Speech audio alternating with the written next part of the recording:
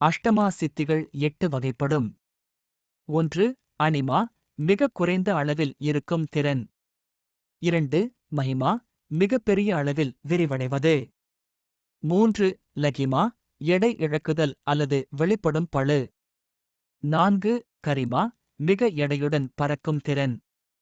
5. பிராப்தி, வெறும் எண்ணங்கள் மூலம் பொருள்களை அடையும் திறன். 6. பிராகாம்யா, விருப்பங்களை நிறைவேற்றும் திறன். 7.